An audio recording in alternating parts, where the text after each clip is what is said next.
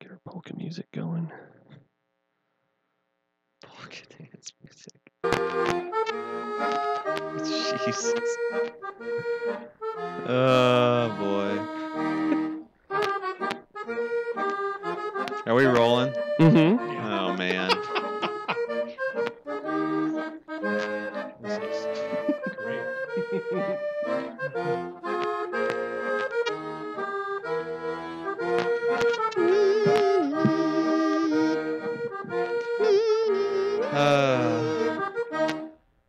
And with that, Yay. God. Welcome, Project Ion. Project Ion podcast. Let's see. What episode is this, fellers? 16? 16 or 17? Ladies and gentlemen, welcome to Project Ion Podcast number 17. 17 something? I don't Featuring know. Jimmy, the Jimbo, Rosie Rosendahl, Kyle, Kickbutt Grems, and Adam, Jameson, Smooth Voice Forsyth. Yeah, that does sound nice, Adam. Yeah. Thank you. We can be I do what I okay. can. I've got lines here. I'm supposed to say stuff. Promised Kevin. Okay, we can be found online at projectionpodcast.home.blog. We're also on iTunes. You can find us by searching Project Ion Podcast. All episodes are now current, I think, right? Yep. We're also on YouTube. We got 31 subscribers now, so we're really on a roll. We are. Yep. I mean, we're going to have a party when we hit 50. And finally, you can email us at projectionpodcast at gmail.com. We take questions, comments, or if you'd like to be a guest, hit us up. So Word. we're in the middle of a blizzard, boys. Yeah, Yep. Kyle's clutching his pearls over there. I got about 20 minutes and then I'm out. I can't. Boy, the drive down was like, it wasn't bad till we got to Ridge Road really, and then it's just drifting to high hell in here. So I drove here.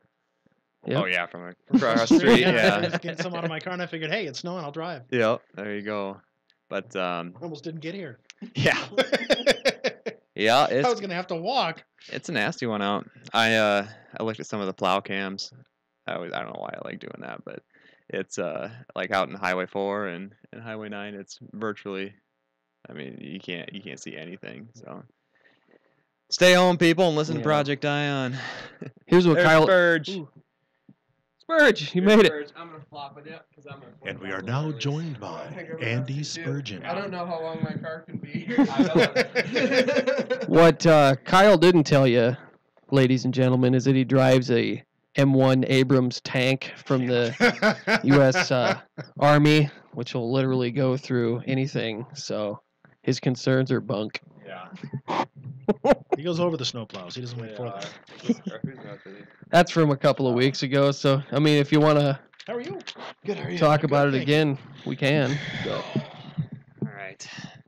Spurge, thanks for being here, dude. Made it. You made it. it's Wild. Dude, your road is getting sketchy. Yeah, it always does. Yeah. Adam and I are used to it. It starts getting sketchy in, November. Hmm It's typically Yeah. sketchy until, You just the end have of to March. maintain about 35 miles an hour the whole way through, and just Yeah. Bust My through the car drifts. sits low. Oh, you got a car, huh?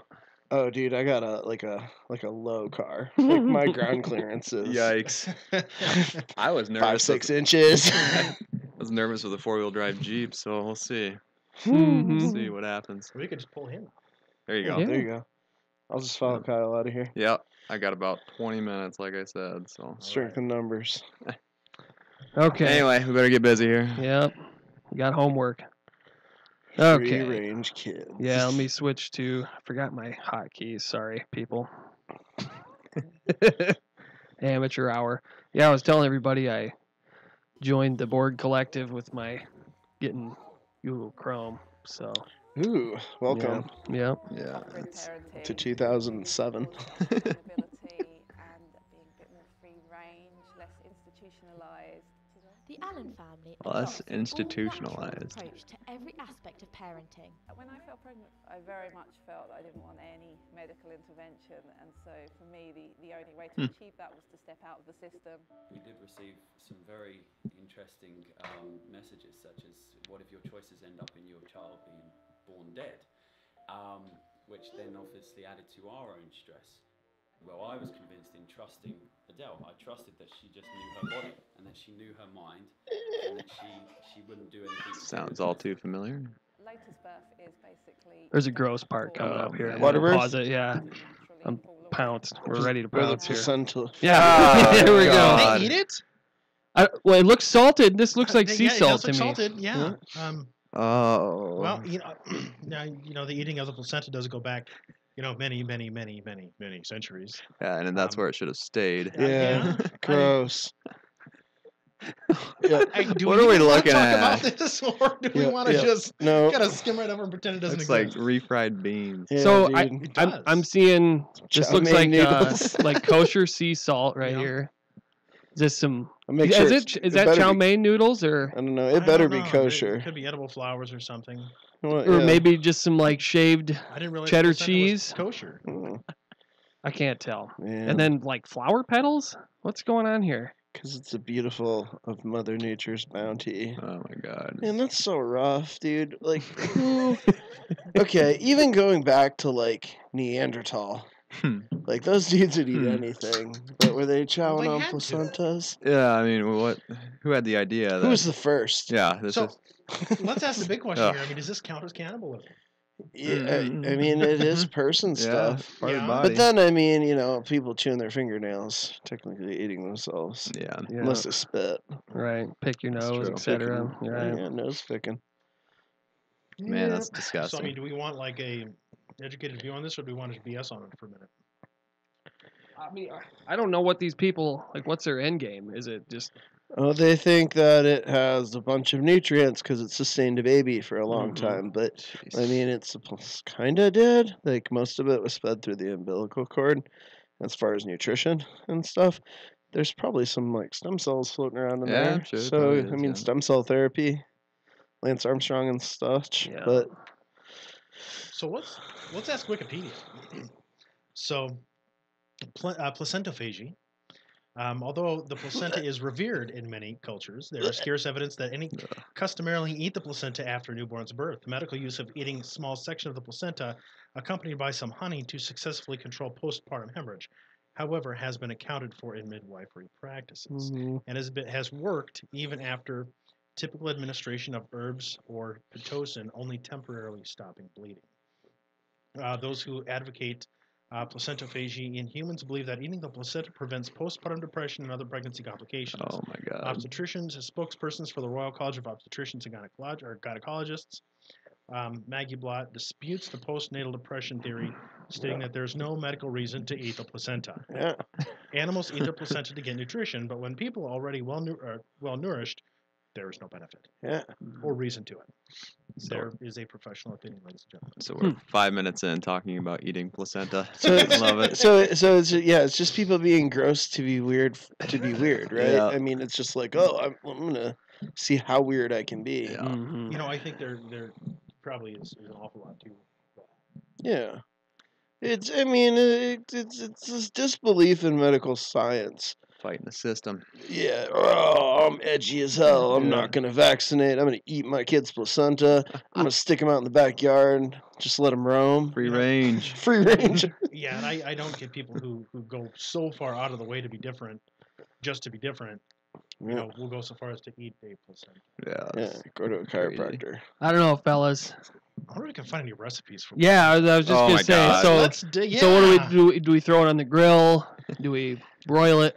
I've heard of Bake it. drying, like freezing and then drying, and then they put it in capsules Okay. and swallow it for a less taste Ooh, oriented. 4 ways to eat your placenta for women's health. Jesus. Well, let's talk about this. Bon appetit, kids. Oh my God. A placenta smoothie. So, fresh squeezed orange juice, organic whole milk yogurt, 1 cup of frozen strawberries. Put on gloves if you'd like. Place your Yes. placenta on a tray. Please put on And see where you gloves. feel called to remove. See where you feel called to remove a piece of the placenta. Stick in the blender. There you go. Placenta lasagna or placenta lasagna. Jesus. Placentania. I mean, this looks like a pretty good recipe. I mean, it does call for half a pound of placenta. I don't really know how I feel about that. What do you do with the Half a left? pound? But you do. Man, I'll be headed to You do- the meat department. You do add, Maybe well, you that's add grocery ground store. beef. Okay. So there is something to that. I wonder what it tastes like. Maybe kind of like Dude, these like cats liver and onions. aren't these cats like vegan too? Placenta. Oh, Well, apparently not if they're eating placenta. Yeah. Placenta chili, that also calls for half a pound of placenta. Placenta Can you chili. still be vegan and eat placenta? We need I we need to think call Ross. Ross. Yeah. Ross Cody Cody. Oh, is yeah. our resident vegan expert. Or Jesse Shepard. Yeah.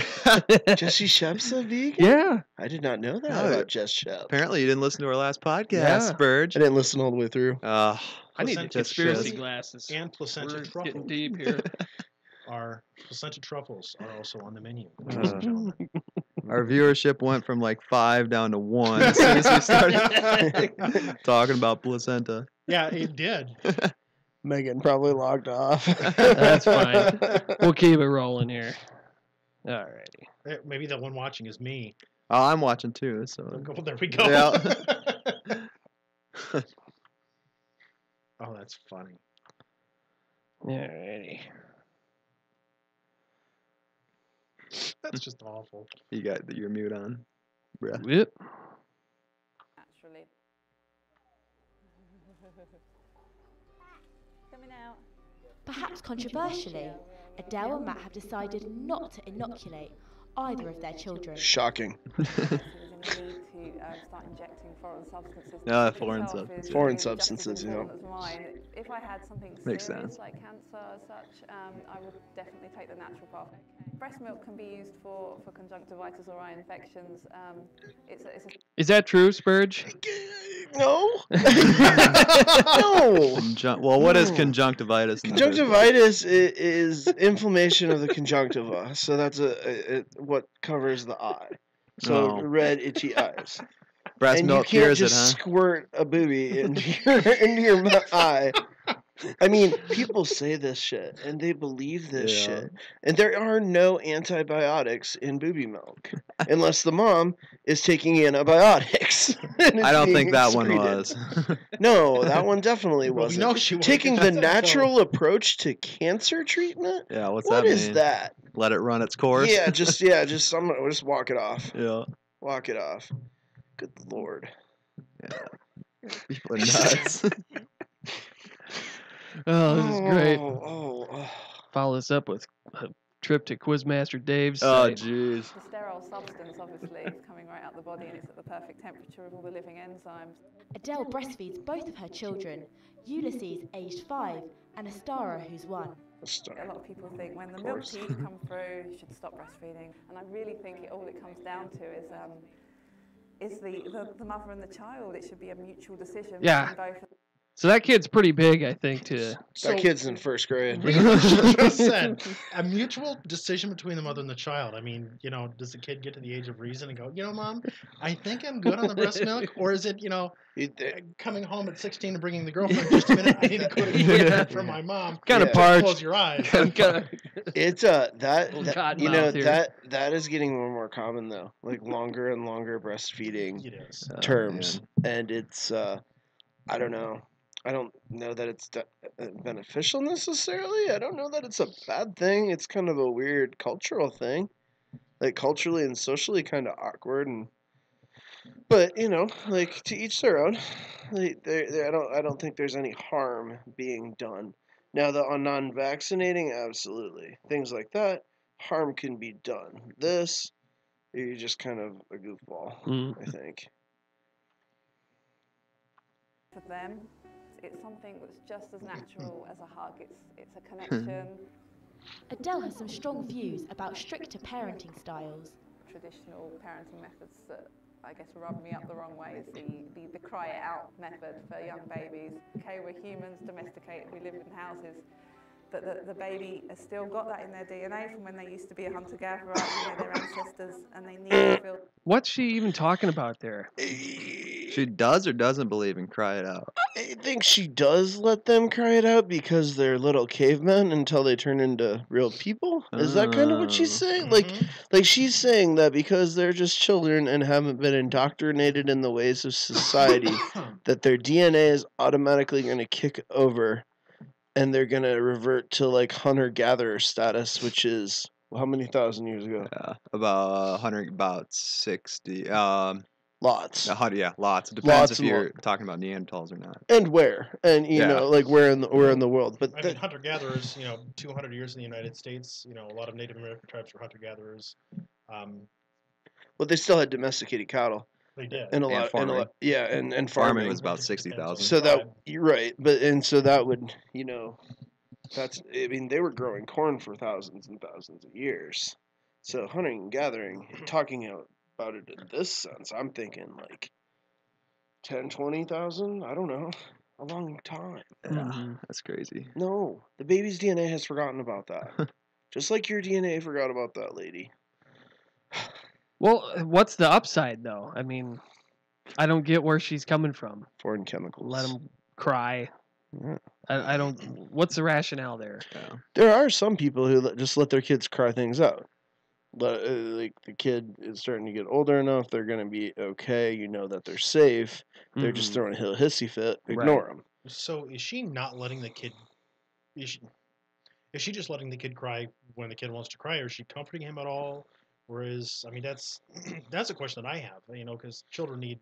Right. Yeah. I mean, especially with a 1 month old at our house, it's Custody you. Right? yeah, it's definitely something I couldn't do. I mean, I can't just let my baby cry it out, Right. especially when he's this young, because if he's crying, he needs something. That's the only way he can express himself. Yeah, that's the only. He can't talk. I mean, Yeah. so if he's crying, he needs something. That might just be coddling up next to me or whatever. And, He's probably already got a sick vertical though, right? oh God, yeah, his jump shot's coming along nicely. Yeah, good. Sit crossover. Excellent. But, Well, and to me, I'm no parent, I guess, but it seems to me like that would be an age thing. So if Yeah. it's your 3-year-old that's throwing a temper tantrum or something, that to Different. me is different than a newborn. your toddler. Right? Yeah, Right. Yeah. So I don't know. If you got a newborn crying, it's either hungry or wet or Poopy diaper. Right. diaper Yeah. needs something, and if you just Right. let the kid cry it out, I mean, it's probably gonna die. I'm just hungry. Let him cry it out. yeah. Yeah, exactly. He's a hunter gatherer. Yeah. Just a Here's your little bone cave. arrow. He can Just a make little it. caveman. Climb out of your own. It's highly dangerous, and in my opinion, it does constitute a form of neglect and child abuse. Wait, so she doesn't let them cry? Now I'm confused again. Yeah. The family is used to criticism of their parenting method. I'll go figure. I was walking with the Star outside the shop, and she's barefoot, and it's a local shop on a main road. And so yeah, there is dirt, there is the potential for glass and for hazards, and so a gentleman noticed this. Said, "You do realise your daughter's not wearing any shoes?" And all I turned around and simply replied is it's the greatest way for her to feel life, to interact with life, to get a feeling of the sensation beneath. Totally get sepsis. Of glass. Or she steps on a dirty needle in some alley as they're making a shortcut from one shop to another, and she catches HIV. Where is this at, Jim? Do you know? It said Brighton in the UK. Brighton is in southern England. Yeah. It's on the coast. They hate freedom. Yeah. English people. Well, it's funny you say Bitter about the so. war. I mean, we're sort of all casting Little losers and haters. aspersions on this parenting, I guess. But should these people have the liberty to parent their kids the way they want? Yeah, To a point, I mean. if they, well, to a point. To a point. I mean, I see some vehement head shaking here. They get vaccinations. Kids need to get vaccinations. Period. Yeah, absolutely. Period. In terms of, letting the kid run around with glass shards in their feet because they don't want them to put on shoes. You know what? It's your kid. If that's the way you want to parent and neglect, I mean, I don't know. Yeah, but where does it cross the line into like neglect? Yeah. Because that's a law. There are laws against child neglect, I think, and I don't think you have the freedom to do that. I mean, the point when you're putting a child in a harmful situation, then that would be neglect. I don't think letting your kid walk around barefoot In a city. would constitute as neglect. I don't know. Lawyer? I think context always matters. So if the kid's walking around barefoot, with their On the parents beach, being sure. supervised or on the beach or something. But yeah, even down the sidewalk, I think if mom and dad are right there supervising the kid, but if it's 2 a.m. and there's a toddler running down the sidewalk with no shoes on and no adult supervision, then Yeah, I can I see. mean, Yeah. now obviously I'm making kind of extreme examples here, But we're talking free range parenting, so that could be Yeah, within the right. realm of scope here. yeah, so yeah, it could be. I mean, right? That's what maybe some of them should start arguing. It's like I'm not abusing my kid; it's free range parenting. Oh God. Good grief. Well, boys, I'm gonna call it here because I'm nervous as hell trying to get out of here. Nah, it's all right. That's So, Yeah, I almost turned around. Oh, did ya? Yeah, the other road, the golf course road, it's is bad. you can barely see. Okay. Yeah, so I might have to bow. All right. all right. But I am around tomorrow. Okay. Yeah, maybe we afternoon. can. If you want to pick up. If this one dues. doesn't. What are you doing tomorrow? I don't know yet. I'll have to see. I think I want to play basketball tomorrow night, but I don't know. I maybe can make it. Yeah, I don't care. I'll do an episode whenever. So, Adam and I can hold down the fort. Oh, Sure. I think so. You guys Yeah. hold down. I'll go listen Well, from home. Yeah. Okay. I'll try and Toss bust on out of here. Destiny. Yeah. I'm gonna follow you. Spurs Actually, May the force I'm be gonna with let you. him bust. Yeah. Good luck. Call if you have trouble. Okay, or we'll just come back. Yeah, or just come back. Yeah. Good beds and booze. Hey, send Laura down when you go upstairs, would you? Let's get her on the episode. Has she been on one yet? Mm-mm. All right. Yeah. So, chance we can talk You meet. all kinds of good stuff. Spurge your body. Did you? I did too. You guys have to tell me how you like it. pre-ordered. I haven't paid it yet. Um, Is it out yet? So with the whole free range parenting thing, I mean, yeah, as long as it doesn't step within outside of the context of the law in terms of endangering children and things of that nature. Yeah, I mean they have a right to raise their kids however they want to. Mm-hmm. Should they vaccinate? Yes. Should they have the kid get medical attention if they're sick? Yeah, I think it should be a form of neglect if they don't. Yeah. So, is there any to your point about the vaccine thing? Is there any nuance to your position on that where, your kids have to get vaccinated if they go to public schools, that sort of thing? Or is it something that you think they should be vaccinated for regardless? I think in this day and age, they should be vaccinated regardless. Especially when we live in such a dense populace as this. We have vaccines for a reason. Smallpox and polio have the ability to devastate populations. Mm-hmm. There's no good that comes from having those diseases. I mean, we still have people alive who had polio as children and have had a permanently handicapped life. I mean, there's no reason to subject your child to that if you don't have to. Mm-hmm. And that also kind of goes with that, herd mentality regarding inoculation. If everybody else is inoculated and for some reason a child medically cannot be, they're protected because everybody around them has been inoculated. Mm-hmm. Yeah, my whole thought on the vaccine thing is it's always a lot more persuasive to me when the inoculation isn't 100% effective. So, but you juxtapose that with the flu, for example, where it's not as effective. And I mean, I was curious enough about it. I read there is a Supreme Court case, I think, in regards to the smallpox thing, where some state, I suppose, made a law that said, yeah, you got to get vaccinated for smallpox. And they found, it was, a compelling enough state interest to have everybody inoculated. They upheld the law. The Supreme Court did. Yeah, right. Wow. This was old. Yeah, that's not what I would expect from our Supreme Court. Mm-hmm. It's a pretty old opinion. I want to say maybe early part of the 20th century, maybe 1920, sure, maybe in the teens even. I don't know. But yeah, I mean, you think back to whenever smallpox was on everybody's front door. But yeah, so I don't know. There could be some, let's say some new disease comes along and they states start mandating people get inoculated. Well, I mean, there's a pretty decent precedent there that could tip the scales. Hey, Laura, Hello. are you willing to be on, or?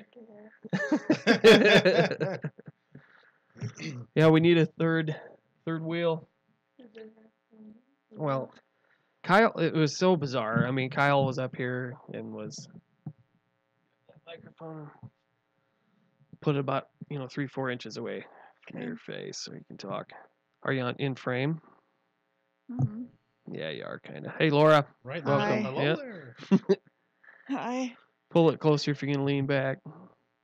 There you go. Eat it. Yep.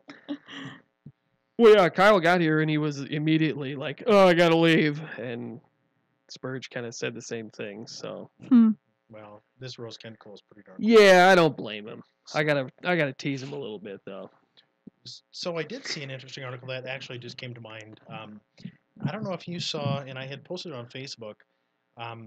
The Pennsylvania Department of Natural Resources found a cause for chronic wasting disease in deer, Okay. and it's not a prion. The brain thing. Yep, it's not. It's not a prion like previously thought. Now, a prion is a rogue protein and responsible for a number of different diseases, including mad cow disease, Creutzfeldt-Jakob's disease in humans, which causes almost like Alzheimer's-like symptoms, but somebody contracts it and dies. Well, they contract it and then it becomes they become symptomatic like 24, 25 years after they contract it, and then they're dead within a year. And they discovered that it was due to a bacteria that was creating the prions, and not the prion itself, which means that it is vaccinatable. Oh, wow. And treatable, which could have pretty serious repercussions for everything from not only chronic wasting disease, but mad cow disease, as well as Creutzfeldt-Jakob's in people. Okay. Which is like huge. Yeah. Let's see if I can find that. I don't know if we want to talk about that or not. Yeah, sure. I'd be happy to dive into that a little bit. It's a terrible disease. That's for sure. Let's see if I can look it up. Let's see here. Lancaster Online. Let me see if I can. There was a video where they made the announcement. Let's see if I can find it quick. I'm sorry, I should have found this before I even came on, but no big deal. Just kind of occurred to me. I can.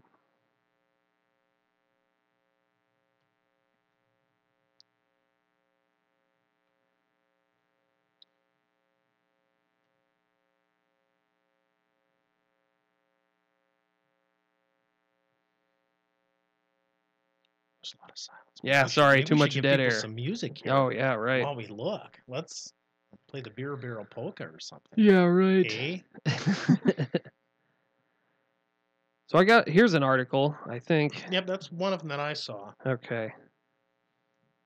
I can switch over to the display so people can read it with us. How do you feel about chronic wasting disease, Laura? I guess I don't really know what it is. Well, it's like basically mad cow, right? Yeah. So, chronic wasting disease is a prion disease that affects deer, elk, reindeer, silkdeer, and moose. It's been found in some areas of North America, including Canada and the United States, Norway, and South Korea. It may take over a year before an infected animal develops symptoms, which can include drastic weight loss, which is wasting, stumbling, listlessness, and other neurological symptoms.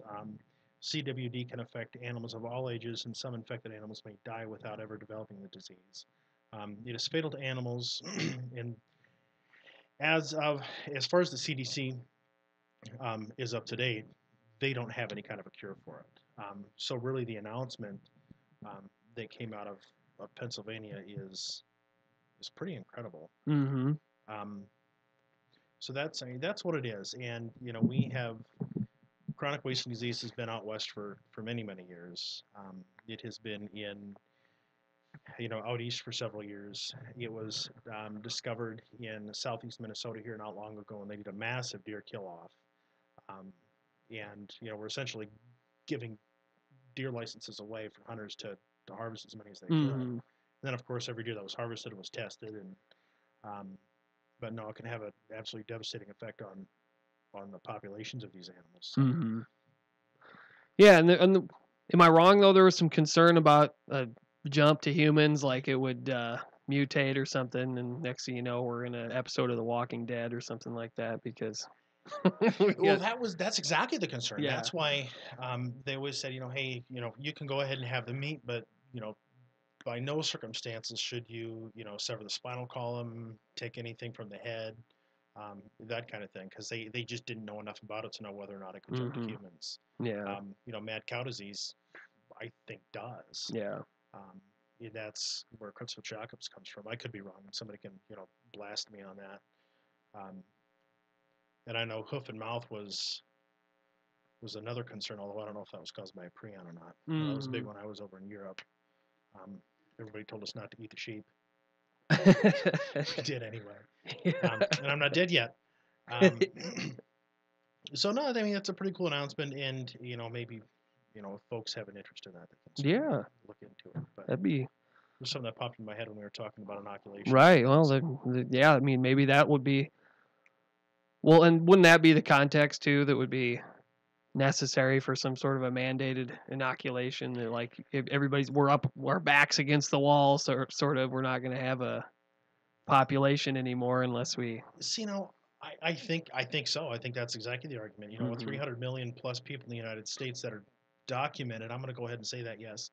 We have a really dense population, and so something like, smallpox or polio or any number of vaccinatable diseases, measles, mumps, rubella, can really have a devastating impact on a really tightly populated area. I mean, look at locally here, just Minneapolis or Chicago, New York, LA, right? How densely populated places like that are. And if everybody wasn't inoculated, or even half the population wasn't inoculated, that's still 150 million people that can be carrying and spreading a disease. Yeah, right. So should go ahead. You were gonna say something. Well, yeah. I mean, we're talking about dense populations all over the place. I've always wondered, like, what's critical mass for global population, and where does it get to a tipping point where nature decides to balance itself out a little bit? And I mean, you see that happening on the micro scale, where some animal or organism gets too overpopulated in a certain area, and then disease will sort of work its way through, and the dust kind of settles, so to speak, and things balance out. And I always wonder what's going to be that tipping point for the human species. Well, of course, on the other side of that coin, what's going to be the tipping point for the human species if we don't have something that helps regulate the population? Yeah. Good question. Laura? Any input? Nope. Are you nervous to be on the podcast? No. Well, you've got the distinct honor of being the first female Ooh. on Project Ion. I think on video anyway. I was off camera once. Oh yeah, you were the live studio audience one time. Yeah, you and Desiree. But yeah, the actual, sitting in the hot seat. Ooh. You're the first one. Awesome. Well, no reason to be nervous. We have a viewer. You should be viewer 1. You're probably viewer 2. Yeah, I'm viewer 2. I'm trying to keep an eye on we got an important announcement. Gerald Greenberg says we made it through the drifts. So. Oh, good. Yeah, I got a text from Spurge too. He said he made it out, but I was hoping we could have a good old fashioned sleepover. But one of those in years. Yeah, it didn't pan out. Played Super Nintendo till 2 in the morning. Oh yeah, those are the good. Until we're wired. Those are the good old days. I've still got my Super Nintendo, and it still works like most of the time. And yeah, I can't believe it, but the thing's built like a tank. I still have my classic Nintendo. Oh wow. Nice. Yeah, I need to replace a couple parts in it, I think, for it to work. But yeah, still have that bad boy. What one did you find all those free games for? That was for Super Nintendo. That's a great story. Should tell that quick. Yeah. So, our Laura and I's friend, another teacher at the school, her name's Ariel. She moved away, so we were kind of sad about that. But her nickname's Earl. So, anyways, the three of us were looking around for exercise equipment for Earl for home gym, and it was like the throw everything away in Esterville day. And we're driving around at like 9:30, 10 o'clock at night, grabbing everybody's old crappy treadmill and elliptical and stuff that we can find laying around. And we're up kind of by Kyle's house, I think, maybe in the North 13th, North 14th neighborhood up in there. Oh, yeah. And That's good, Sam. But yeah, it was a big pile of stuff up in there on end of somebody's driveway, and we're sorting through it, and I see a shoebox, and I open it up, and it's just chock full of Super Nintendo games. I'm like, ballin'. And yeah. Some college kid is really, really sad about that. Yeah, right. So, Mom, where are my games? Yeah. So, yeah, I mean, Secret of Mana was in there, a couple of copies of Mario. I mean, I could probably resell them and come out with a couple $100 on the used video game market. Or a couple bucks. Yeah. You never know with those. Yeah, well, they're more valuable than you think, actually. Some of them are the more sought-after games are pretty valuable still. You know, the retro gaming thing, it's like a thing now. Well, I know, it's huge. So, I mean, the Nintendo came out with that new miniature classic Nintendo console that plays like 200 games for like $29.95. Yeah, yeah. Yeah, those are. I kind of want one too. We had a Sega one for sale, same concept, down at Menards, and it was like way marked down. And Laura and I were there the other day. I was like, I should get this. I kind of talked myself out of it. Now you're gonna live with the regret. Now I'm kicking myself. Yeah, Sega. right. I never had a Sega as a kid.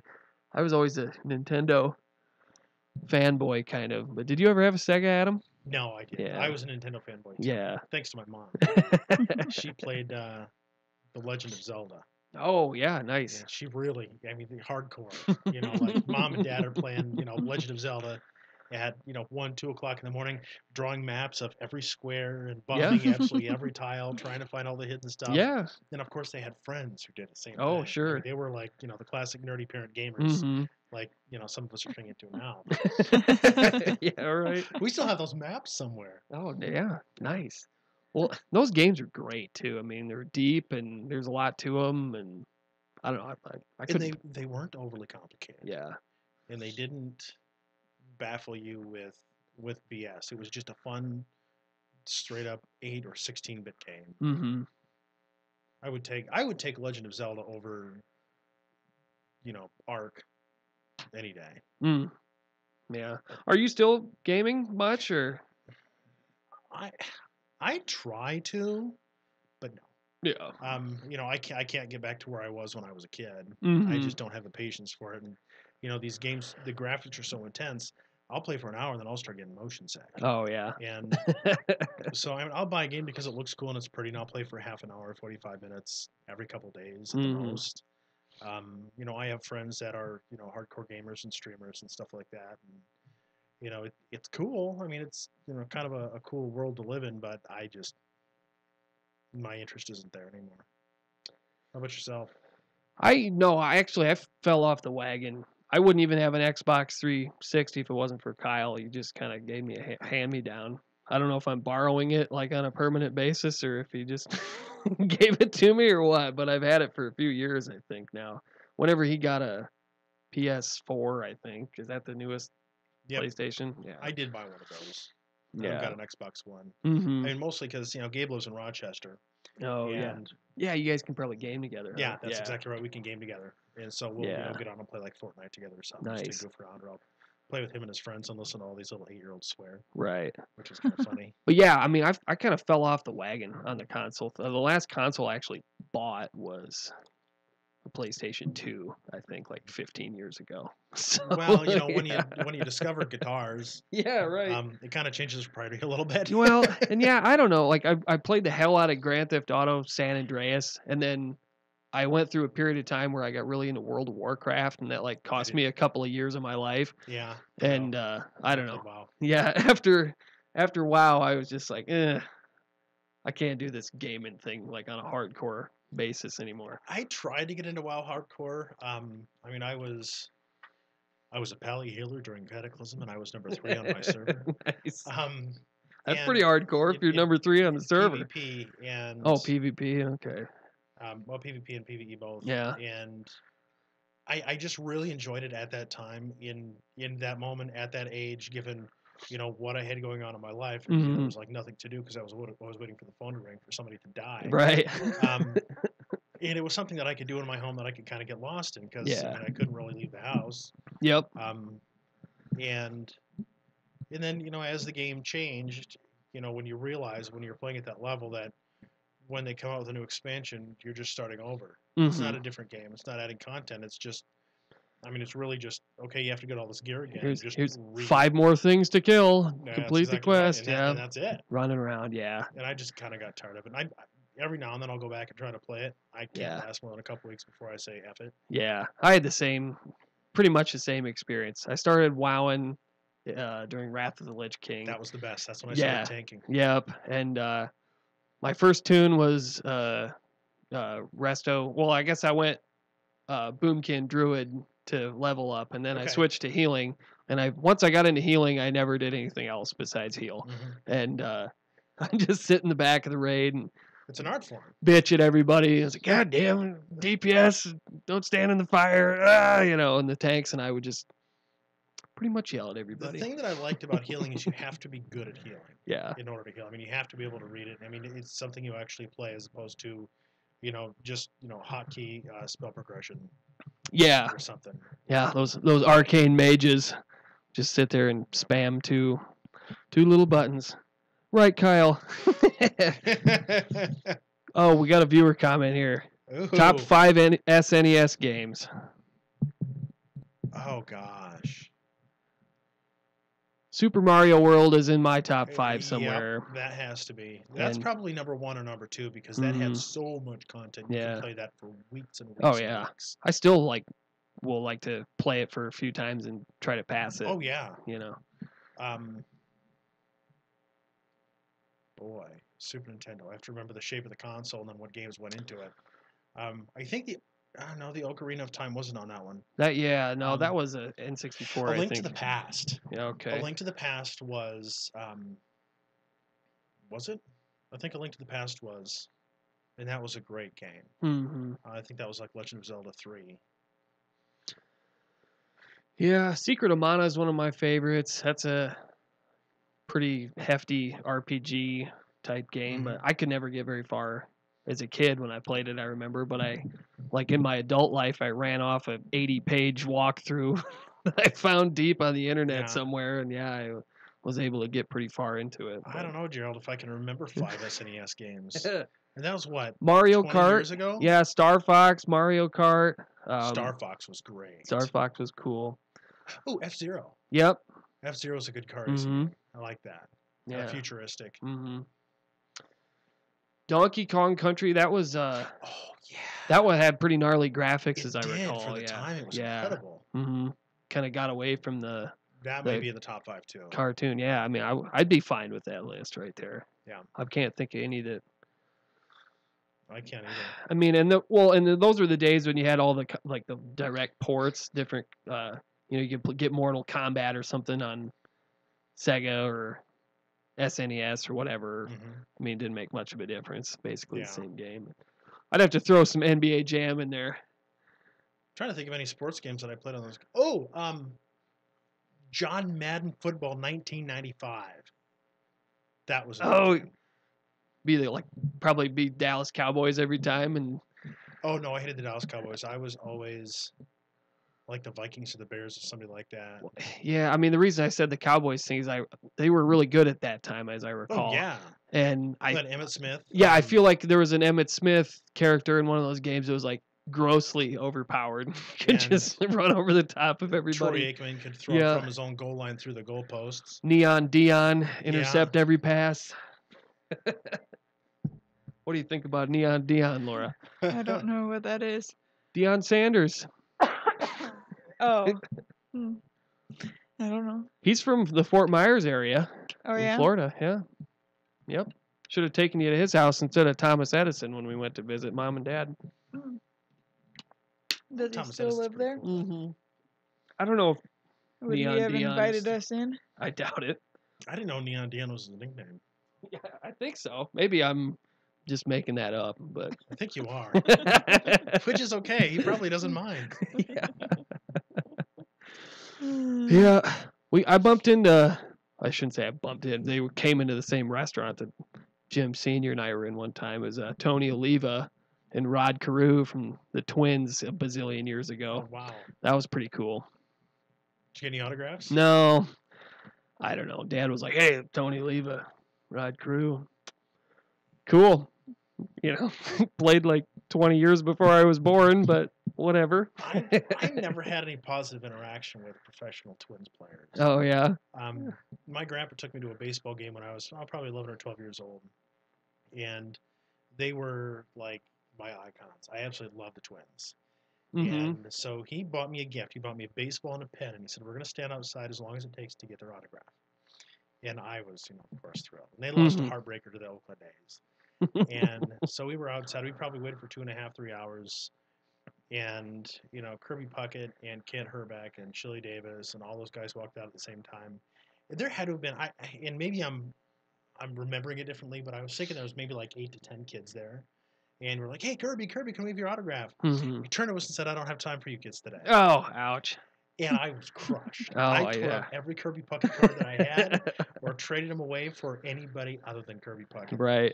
And then I just started hating the Twins after that. Huh. And I had trouble watching them for 20 years. Like literally 20 years. I just started liking them a couple years ago. Yeah. Again. I don't blame you though. I mean, that's But- brutal.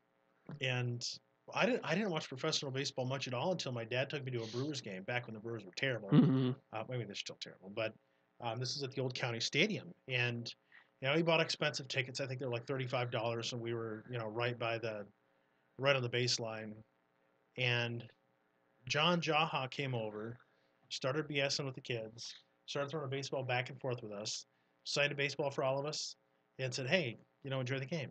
And I'm like, wow. I love the Brewers now. I still have the baseball at home. I followed them for a while, but Yeah. ooh, we have questions. Yeah. What's Kyle saying? What is your opinion on the 2006 Hawks football team? Okay. I assume that's the Iowa Hawkeyes. Who was quarterback in 2006? Was that like Drew Tate? Is that? Why are you looking at me? Okay, we're gonna look at the 2006 Yeah, somebody- Iowa Hawkeyes roster here. Somebody look it up. Sean Green, is that too old? I don't know. Okay, so That's been a while. Kirk Ferentz Yep. was Kirk- the coach. And so, right there, I Coach don't Cool. like him because I don't like Kirk Ferentz. I don't like how for the first several years he was at Iowa, all he did is recruit criminals, and half of them were suspended because of either fighting or drinking or drugs. And so, yeah, I wasn't a big fan. So they're to hell with them. That's what I say. So no, they're they were 2-6 in the conference that year. Okay. So yeah, no, I would love to see them, be right back at that glory. Maybe Kirk Ferentz can go somewhere else, because right now he's the most overpaid coach in college football. And get somebody in who's worth the money. That's what I think. What do you think, Jim? I think the chat is exploding with angry Hawks fans. So, do you have a roster? Who was quarterback on that 06 team? So quarterback on that 06 team was, drumroll please. I can't find it. Well, let's get out of Kyle said it was Brad Banks.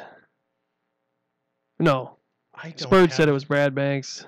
Kyle said Christensen. Now Kyle says that was Tate. I don't know. Nobody seems to know. My guess was my position I'm rolling with was that the quarterback in 2006 was Drew Tate. We need Jim Senior here. He knows every player ever on every team ever for like going back to Give the him a call, but 50s. it's Yeah, almost. Are they down in Florida? they're So in it's about 9 Florida. o'clock, Yeah, so yeah. Are they early? They've got company too. Yeah, so I'd hate to interrupt them. Yeah, but they were chosen to play in the 2006 Alamo Bowl. So when Okay. you're 2-6 in your conference and you get to the Alamo Bowl, I mean, what does that tell you? Yeah, something ain't right. They must have had some cupcake wins that year then, Yeah, because you've got to be 6-6 or something, right? For they were 6-7. 6-7. Okay. So all those like Southwest Kentucky community colleges that they play at the early part of the Yeah. year, where they can rack up a lot of wins. North Dakota School of the Blind. Exactly. Yeah. I mean, the Hawkeyes are famous for that. I think the quarterback was Drew Tate, Drew Tate was the Yep, quarterback. That's what. according to Wikipedia. Okay. Good. I'm glad we settled that issue. What about? I was what do going you to think lose of sleep. Taxing the rich. I kind of like this, throwing questions at us. Now let's talk about them. Right. So, what do you think about taxing the rich, Jimmy? Well, what are we talking? Like, how rich are we talking? Anybody with more money than you. Well, okay. Then I don't care, I guess, so much. But I don't know. I mean, that kind of stuff gets tossed around all the time, and when it's condensed into just bumper sticker language, well, we got to raise taxes on, What do you think of a flat tax? I don't know. I mean, is that the most fair way to go? I guess, yeah. I mean, it seems like it.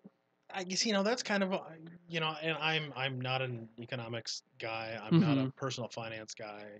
My bills auto pay, and then I just take whatever's left and spend it how I want. Yep.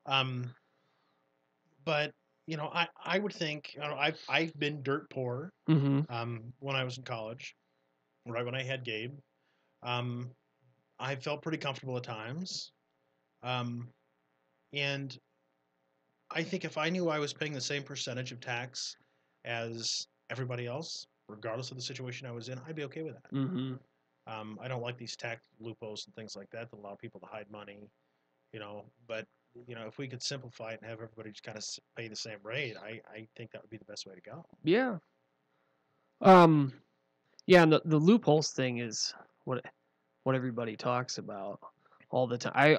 I need to, whenever we get on the subject of tax, I need to bring in my federal tax code from law school. I took federal income tax just as in my last semester of law school. Was that an easy class? It was not an easy class, no, especially for somebody with no accounting like basket background. weaving for attorneys? Right, Okay. yeah. So, I mean, the reason I did it was just to try to learn enough to be dangerous when it comes to tax questions. Sure. Essentially, just to learn enough to know when I need to ask an accountant to help me, which is frequent and often. Yeah, but I'd love to bring that book in and just lay it down in front of the camera and go through all the. Yeah, it's huge. Yeah. It's huge and it's confusing, and I mean, when you get into the minutia, then you can maybe start to see the rationale for some of the stuff, like why it is the way it is. But I don't know. Simple is good. I think, generally speaking. I do think that simple is good, generally speaking. Is it wrong for a grown man to watch anime? That's a good question. No, I don't. Well, don't they make no. a lot of anime that's like more mature and stuff, right? I mean, I'm not talking like hentai. So that's like or hentai. I'm not necessarily Different talking category about. of anime. Yeah, right. Or maybe that falls into that category, and he's trying to find a loophole here. How do you feel about that, Laura? Men watching cartoons. Okay, what's wrong with that? Well, I got no, I'm not ashamed to say that I watched a hell of a lot of like Dragon Ball Z as a teenager. I mean, I guess that constitutes as anime, I think, right? Yeah, I kind of put all of that kind of stuff in the same category as like Star Wars nerds and Trekkies. And, it's something you're really into. You get pleasure out of watching, and you like that. We like the world it creates for you. Why not? Right. Give me something harder. Gerald Greenwald. Greenberg. Greenberg. Greenberg. Yeah, I should fill you in on the background of that, Adam. So like 10 years ago, my friend Jim Moeller and I were playing jokes on people, and I just made a fake Facebook account, Gerald Greenberg, Yep. and then I got on his page and started like, "Give me my money," and I had like a picture of a scary guy. And then people got nervous about it, so we quit. But I kept the profile just for fun. Yeah. And Gotcha. it's still floating around. But then Kyle, because he doesn't want to be himself, I guess. Even though it's obvious. That Even though it's him. obvious so we'll just it's call Yeah. Gerald Greenberg out as Kyle. Yeah, it's Who was here 30 minutes ago. yeah, the guy with the Pope Dun, hat dun, on. dun. Put this hat on, Laura. Pope we Why? trust. It's the Pope hat. So Just put it on. it is on. Is it sacrilegious for you to wear a Pope hat as a Yep. Catholic? Yep. Too bad. So the next question is, I think we sufficiently answered Yeah. that. We'll get to that question in a minute. Is Pluto a planet? Ooh. I saw this great shirt. It was on Facebook, and it gave, Pluto born 1930, something like that, to 2006, Okay. deceased. Yep. I think I like the thought of Pluto out there, kind of just floating around in the nether Mm-hmm. as our last planet. Right. I like to end on a P. Yeah. Right.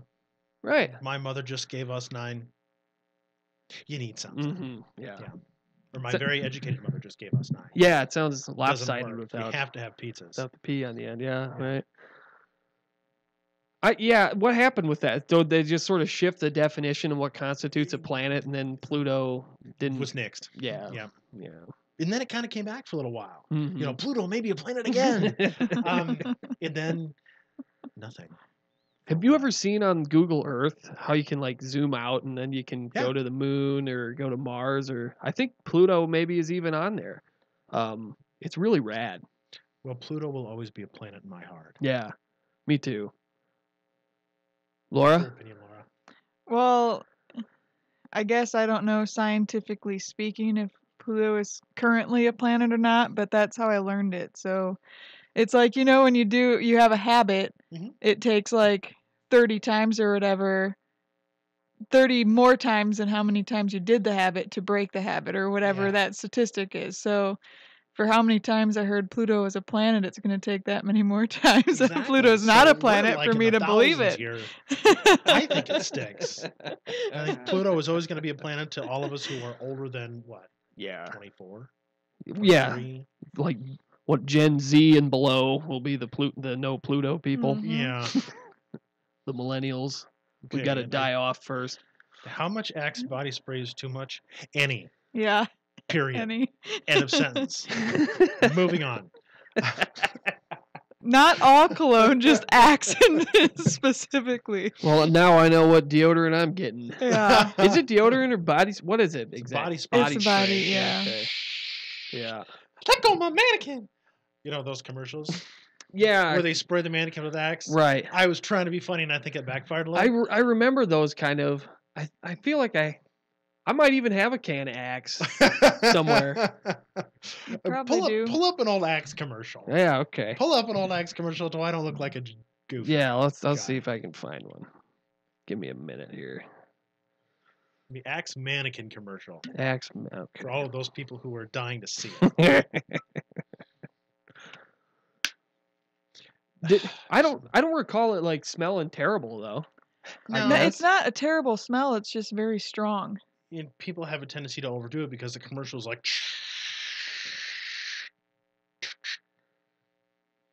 Okay. There we go. Had to think for a minute about how to spell mannequin.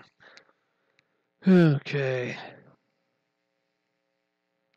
Here's a new deodorant called Axe. Spray it under your arms and across your chest to stay Sorry, fresh all people. day. I know you're not touching my mannequin. Axe, the smell the ladies love. So that's the gist.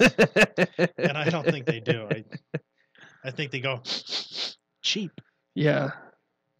Well, weren't there some copycats of that stuff? I remember some like was bod. Is that ringing a bell for people? I feel Yeah, like bod was a body spray Yeah. or something. Mhm. Same type of deal. I don't know. I'm not much of a cologne aficionado, so I have a few bottles, but Okay, so Gerald, aka Kyle Greenberg, said that Pluto is a Kuiper Belt object, not a planet. I don't care, Kyle. I don't care. It's always a planet to me. Would you rather get fired from your job or fire your closest colleague? Oh, I'd rather fire my closest colleague, absolutely. Yeah, sorry to break this to you, Kyle, but better not go into work on Tuesday.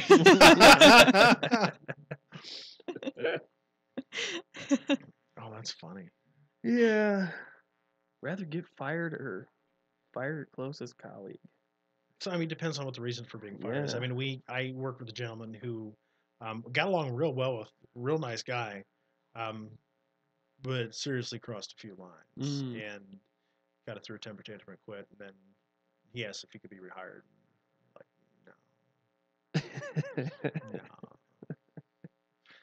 no. But you know, it depends on the business. You know, whatever's best for the business. If you hate your job, then yeah, maybe sometimes it's better to get fired. So I mean, that's situational. Yeah. Gerald. Right. It's it depends answer. Mm-hmm. Yeah. I hate it depends answers, but Oh, I'm good at them. yeah, Laura is really good at it.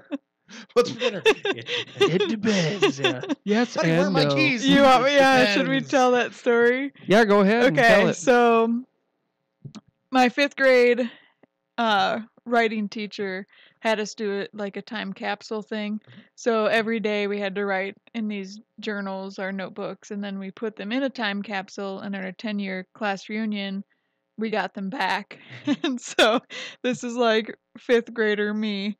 And the questions in there were just random questions. I don't even. What was that question? Oh, it was all writing prompts, right? So Yeah, like, well, one was like, "What's your favorite season?" And so I like was able to list reasons why every season was my favorite. And then there was one where it was like, what do you regret? I think. "No, tell the that one, one. the yes and no one."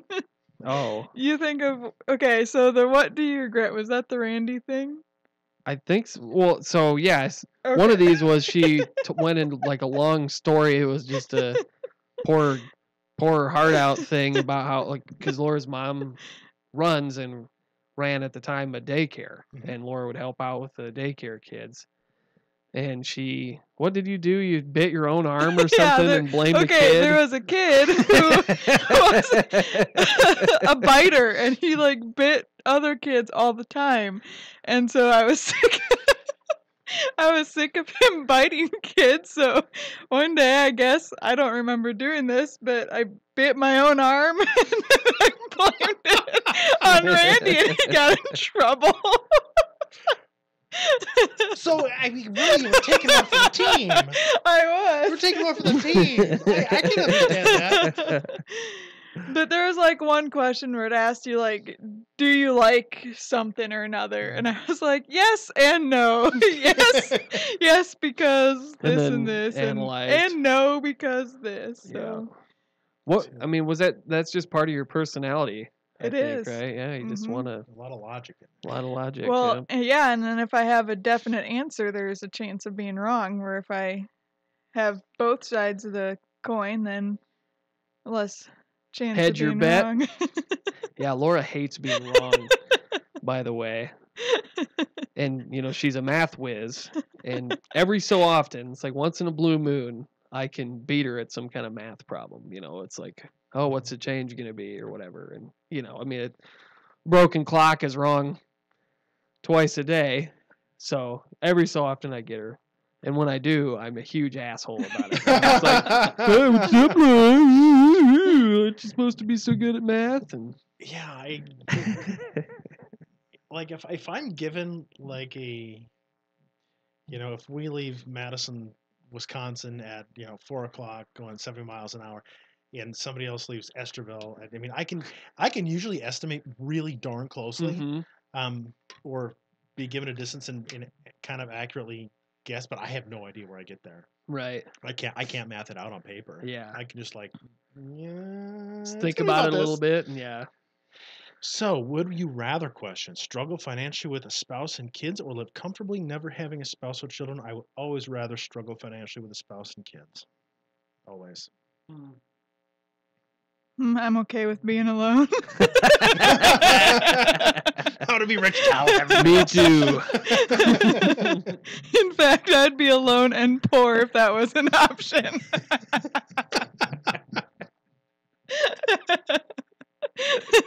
I think it's always an option, Laura. Yeah. Oh, that's funny.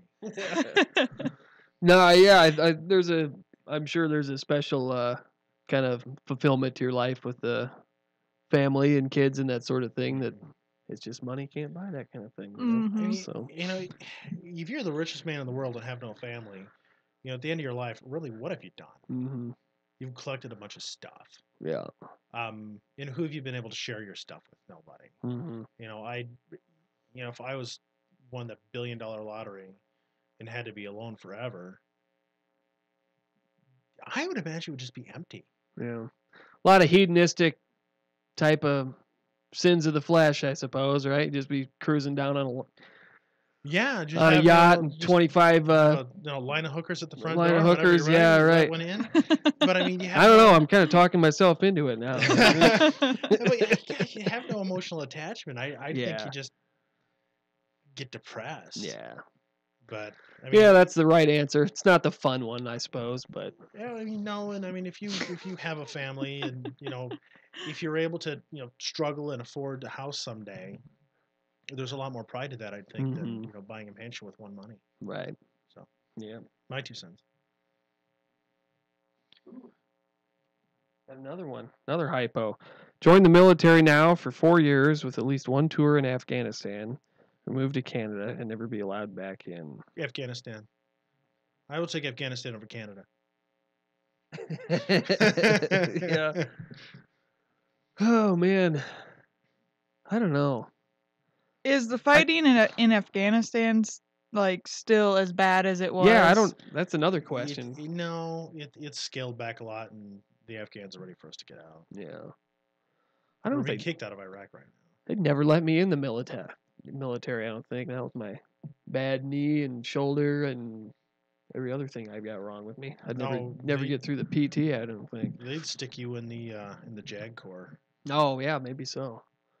Then they'd pay for all your law school. Yeah, there we go. Sign me up. I'm going to Afghanistan. Move to Canada and never being allowed back in.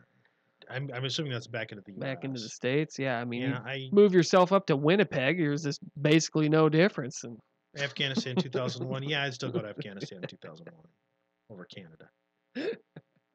But still, even if you join the military, there's a lot of non-combat roles that you could be in, right? Yeah. Yeah, but what's the point of going to Afghanistan if you're not going to knock doors and knock heads and stuff like that? I mean, I if I went over there, I'd want to be in a role that gave me, a sense of real adventure for several years, and then get out and just live peaceably in the middle of nowhere forever. Yeah, I don't know. I'm just talking at this point. Well, what's your gripe with Canada? So, I mean, so tell me about that. Canadians are, Jesus, who's Durley? Oh, that's Laura's nickname. Yeah, sorry, we got to give you a crash course. Yeah, I need a crash course on nicknames here. Maybe I need one. Yeah. Canadians, I think, have a serious attitude problem. They have an air of superiority. Pretty much every Canadian I've met has. I mean, they're friendly enough to your face. I mean, I don't mind Canada as a whole. I don't mind visiting Canada every now and then. I went to Vancouver and I loved it. But they really don't like the U.S. Or at least the Canadians that I've met. Yeah. Yeah, I was going to ask you, is that kind of true all across Canada, or is that a coastal thing? Is it sort of like the Well, I mean, I suppose you could consider, Vancouver an extension of like Seattle Right. and Portland because it's so left. I mean, they've got Northwest, a yeah. fantastic gay district. When I was there, even though it was illegal, there were shops that were selling weed, and you could just walk in and toke up and leave. But in even in my interactions, I worked for Apple for several years, and I talked to a lot of Canadians when we have to cover their side of North America for whatever reason. And I just got this general sense of disdain for Americans, and I just didn't appreciate that. Yeah. So I have disdain for them. Well, I've always wondered. You just drive straight north into Canada. I can't imagine that. Ontario. Yeah, or wherever you are. I don't. Where does that stick you? Is that Ontario straight north of here? Yeah, I would stick you in Ontario. Saskatchewan. Dryden. Is that? I don't know my provinces very well. If you go straight north, yeah, you're still in Ontario. Okay. I've been up to Ontario several times. Yeah. They like American money. Yeah. They love American tourism. But I don't know. Yep. I've never actually been to Canada before. I'd like to go sometime, but I was there illegally before I was there legally. I've been to Mexico legally or illegally a couple times, but I've never been there legally. Just crossing the border. Yeah, just for giggles. Hopping the fence at him. But that's like quite literally. Up in the Boundary Waters on a Boy Scout trip, and I had never been to Canada. I'm like, I want to go to Canada. So Lyle Clark and I canoed our asses up to Canada. Turned around and came back. I suppose. Yeah, I mean, fairly fluid up there on the border, I would imagine. I think so. Yeah. Do we have any more questions? I don't know. I don't see any. Dropping off. Ooh, we have 4 people watching now. Whoa! Announce yourselves. Yeah. That's probably Gerald Greenberg and yeah, one of them's me. Spurge. One of them's me. There's our 4. There's our 4. Yeah. Hey, that's okay. If you can't entertain yourself. Yeah, I don't mind. Have we gotten many views on our past shows? Our best episode, I think, is the Eric Hansen Shemp episode. Yeah, and Spurge was on that one, I believe. Yeah, so it was myself, Spurge, and Eric Hansen. Close runner-up, I feel like, is the Ben Schunkweiler, Tony Condon 2 Wait, hasn't episode. Shemp been on twice? Shemp has only been on once. Oh. Shep, on the other hand, has been on twice. Oh, really? Ben Schunkweiler's a funny cat. Yeah, that was a good time hanging out with Ben. I hadn't seen him in years. Is he in the area, or where is he? He is in southern Arizona these days, I learned. But yeah, I was... Wait, where? Southern Arizona. Oh, that's right. He just like sold all of his stuff and just took off, didn't he? I think so. Yeah, I don't really know the history of everything, but I think once he was in the Marines for some period of years, I think, and then once he got back stateside, he sort of bounced around for a while and wound up in the Southwest. What did I think, he do when he was generally. overseas? What's his military occupational specialty? I think he was blowing up IEDs or something. I think. I don't know. I'd have to check with Spurge. That would be. But yeah, it was. I think it was pretty intense. Yeah. That So. would be very intense. Yeah, I know a few guys who were in the action over there. I buried a few guys when I was a funeral director who were in the action over there. Yeah, I suppose. When I was down in Denison, there was one guy who was blown up by an IED, and he was sent back, and we put him in state in our funeral home, and his company watched guard over him 24/7. And the day before his funeral, his brother jumped in front of a semi. Ooh, Jesus. Yeah, Byers Wow. brothers, and I know that one of them is down in Arlington. I don't know what happened the second one. Yeah, we did the funeral for both of those. But Louis C.K. Oh yeah, I wonder. I suppose he wants us to get into the Louis C.K. Me Too controversy. I suppose. So let's talk about that a little bit. What's going on with that? So I think the basic gist of that one was that people started coming out of the woodwork and accusing Louis C.K. of inappropriate, like, masturbation essentially. So this is nothing new. you know. This is several years, or this Yeah, is I mean, months and months and months ago. yeah, the Louis C.K. Unless there's something else that has developed with him that I don't know about, but I mean, the reason he sort of fell off the map was that people came out of the woodwork and said, you know, I was a junior writer on the writing team at such and such, and went into the green room, and Louis C.K. asked if I'd watch while he masturbated or that sort of thing, and like some people said no, and other people said yes, and you know, anyway, that was the deal. But I don't know, I can't break it all down and give it to you book and verse, but as I recall, my thought process on it originally was, you know, as far as some of these accusations go, this one seems fairly tame comparatively. I mean, the Weinstein guy and all of his like rape allegations and that sort of thing, like, I don't know, if somebody consents to watching you jerk off, I mean, like, how is that a Me Too thing? But I mean, there was an argument in there, I think, that was related to, well, you know, he was a senior writer, a comedian with more power and influence, that sort of thing, and I don't know. Okay, so I while you've been talking, I've been doing a little looking. Okay. And so Louis C.K., you know, recently went back to stand up. You know, it's his coming back tour or something. Okay. And so when he stepped on stage in San Jose, California, to a standing ovation in Full House in the San Jose Comedy Club, and the first thing he said was, "I like to jerk off and I don't like to be alone." It's a great joke. You know what? I don't know. I mean, if he wasn't like, you know, molesting people, yeah, people say stupid stuff all the time. Yeah. I mean, does that constitute a Me Too-ishness? I don't know. Well, what I don't get about it, like with his set of facts in particular, I mean, the whole thing where it's like, well, he was a senior writer on the writing team or something, ergo he had more power than me, so I felt powerless to say no or something like that. So are you only allowed to consent to sexual encounters where two people are on the same level of power? I mean, it gets to be pretty complicated. I think that is kind of, and granted, I have not in that situation. I haven't been in that situation. I think sometimes that could be a pathetic excuse to either get spotlight time or after regret. Mm-hmm. You know, I know that, you know, there are many people, men in particular, well, they're always men almost, who are accused of rape after a woman feels regret, after, you know, being with this guy in a bar and he takes her home, and yep, I mean, that's happened here in town. Mm-hmm. I know it for a fact. You know, and, you know, sitting around and watching some famous guy jerk off,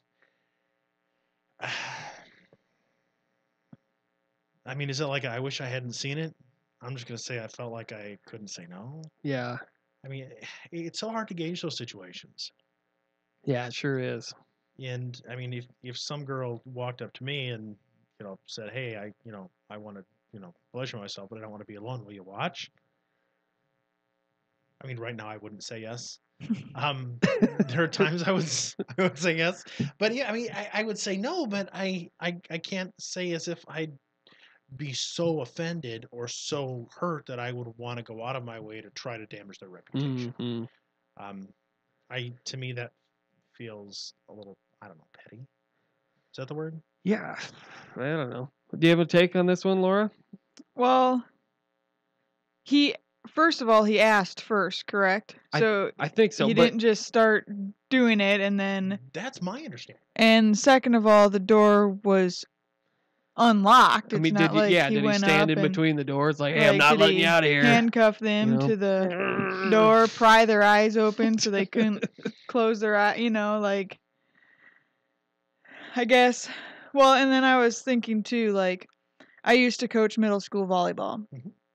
And I kind of got in the position because they were in a bind and they needed someone, and I had my coaching certificate, but I wasn't coaching anything. And so I agreed to do middle school volleyball. Well, a few years later, we got a new head coach. And towards the end of the season, or at the end of the season, she came to my classroom and she was like, "Hey, I know you only started coaching volleyball because they needed someone to do it. Well, now I have someone else in mind to do it. So what do you feel like, about stepping down?" And like at that point, it's like, well, what do you say? You're kind of forced into saying no. But thinking about it too, if I really wanted to coach middle school volleyball or stay coaching middle school volleyball, I would have told her, "Sorry, but I'm staying in this position." Yeah. So there had to have been some part of me that really didn't care. Yeah. And so, I mean, maybe it's different when it's, a sexual act or something, but it's like, if you're so against or so for something, you're going to do something about it. But if you really don't care, you're going to allow it to happen, or, you know what I mean? Sounds like a lot of woman-splaining to me, Laura.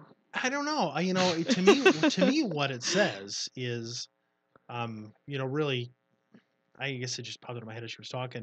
Did you have the freedom to say no? Did you have the freedom to walk away? Yeah. If you did, then shut up. Yeah. The jizz is on your hands then, so to speak, right? No, it wasn't. It was on Louis. Yeah, right. That was figurative jizz. But and I mean, to your point, I mean, yeah, if you felt strongly enough about it that you were against it, you would have said something. Mm-hmm. I mean, it's your own fault if you put yourself in a room in an awkward situation because you just don't want to piss somebody off. Well, that's kind of, your fault. So more broadly speaking, how do you two feel about the stuff, coming out like, well, you played grab ass 25 years ago and now you've got to pay the piper because I haven't been able to move on with my life or something like that? I mean, well, that frustrates me too. Was it right 25 years ago? No.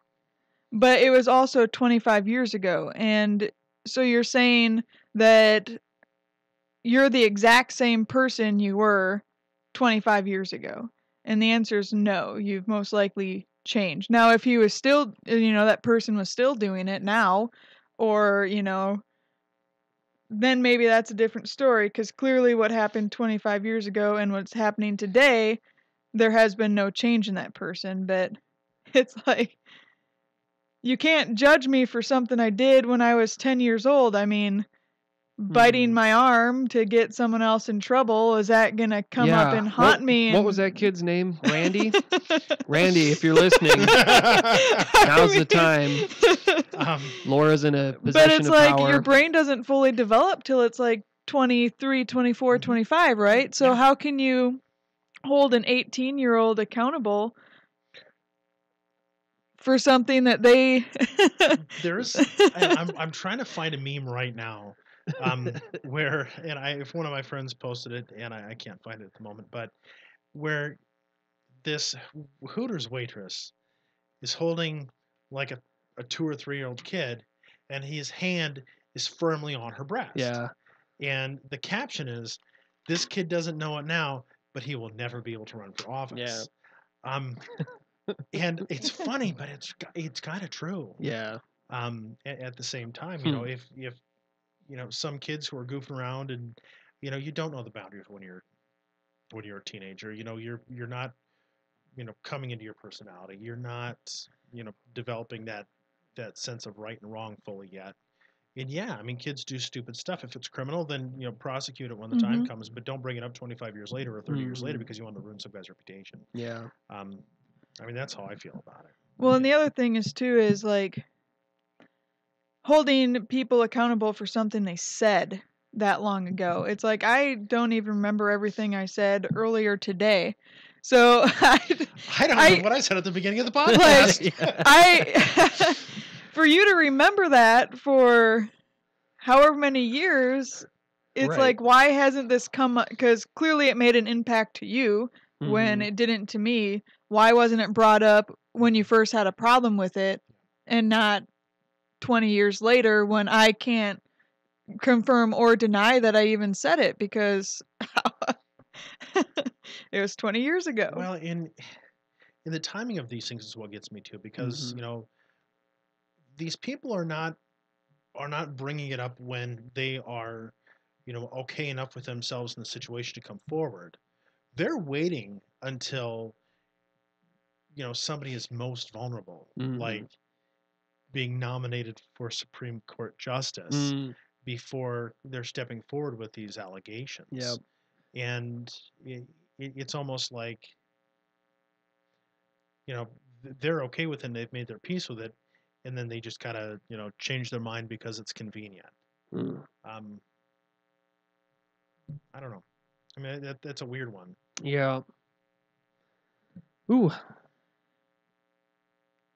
Yeah, every saint has a past and every sinner has a future. Yeah, right. That, is an Oscar Wilde quote. Thank you, David Forsyth. And yeah, let he who's without sin cast the first stone. I mean, Yeah, one of the things I always think about is the damage is all in court of public opinion. Well, yeah, yes, because somebody's because there isn't. I mean, we were talking about proving a crime. Somebody committed a crime. What's the statute of limitations on that kind of stuff? Good question. I know you're not a criminal attorney. I'd have to look it up. I suppose. I don't know. I think I want to say for some of the most serious crimes there isn't one. But yeah, I don't know on something like that. But does touching somebody's boob at a party 20 years ago, I mean, is that something you can convict somebody for? Because if the statute of limitations is up, keep your mouth shut. Yeah, right. Well, how would you ever prove the allegations? I mean, you can't. Yeah, that was the point with the Brett Kavanaugh thing. And that's why everybody was going round and round and round, because the only person who remembered anything was the victim. Right. Yeah, I don't know, that Kavanaugh thing was turned into a 3-ring circus, and Jim Sr. talked at length one time about when Clarence Thomas was going through his confirmation hearings, and I think there was at least an effort kind of in a similar vein where it's like somebody came out of the woodwork and said he was playing grab ass a long time ago or something like that. Yeah. And that was, I think it was a legal secretary or something. I can't remember her name. If I wasn't trying to remember it, I would know. But yeah, that was the exact same situation. Same kind of deal, but I mean, he kind of Clarence Thomas put the hammer down, I think, because he finally got upset, fed up with the lines of questioning, and I'm paraphrasing, but he said something to the effect of, well, what's taking place here at these hearings has been a high-tech lynching. That's almost verbatim. Yeah, right. It's just been nothing more than a public lynching. And I think that was the end of it, because once he dropped that bomb, then it was over. Yeah. I mean, it's interesting you bring that up, because that's exactly what I think of when I think of the Brett Kavanaugh thing. And yeah, it doesn't have anything to do with where I stand on the political spectrum. No matter who was being nominated, I mean, if they had done the same thing to Elena Kagan, I would have found it just as distasteful. Yeah. Well, yeah, you have to. I mean, it's a standard that's you can't be maintained, I don't think, reasonably. So, sketchy stuff. Very sketchy. If it happened to Ruth Bader Ginsburg, on the other hand, I'd probably take it very seriously. Not an RBG fan. Not really an RBG fan. They're trying pretty hard to make her sort of a pop culture icon, aren't they? They are trying very hard. It's just obnoxious. The notorious RBG. That's gangsta right there. Right, yeah. Here she is. Did you hear the conspiracy about how she'd actually died and like nobody'd seen her in public and stuff? And I mean, that was I don't want to say that was a legitimate conspiracy, because how many of these conspiracy theories are legitimate, but that was something being tossed around, was that Ruth Bader Ginsburg was actually dead, and they were just sort of keeping her out of the public eye, like, oh, she can hear cases from via Skype or something at home, but I don't think it's true. Yeah, I mean, Anytime she's, in Congress, she's asleep. So, I mean, that could be true. They could be propping her body up and she just dangle in there. Oh, no, she's just sleeping. Well, I think Strom Thurmond was dead for 10 years before they finally wheeled him out of the legislature. God, he was like, I don't, was he like 90 something, I think, and still in office? Oh, he was up there. Maybe. That was there. intense, though. He ran for president in like the 50s under the Dixie platform, I think. Mm-hmm. We need to go back to the antebellum South. He served for 48 years, almost half a century. Jeez. He ran for president in 1948. Okay, 48. And he was in service from 24 to 64. Wow. Got a good memory if you remember that. It's intense. So, well, I don't think we have any more questions. Okay. I think I'm going for about an hour 30. Yeah, alrighty. So, do we want to call it an evening? Sure. Say goodbye to our dear listeners? Yeah. Thanks, everybody, for checking us out, and we'll play a little polka to get rid of us here.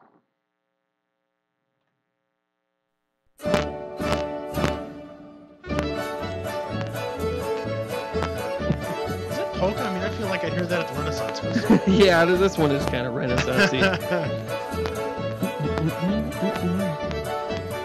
This kind of puts me right in there with push-up corsets, right, lager, and Scotch eggs. Makes me want to throwing pickles.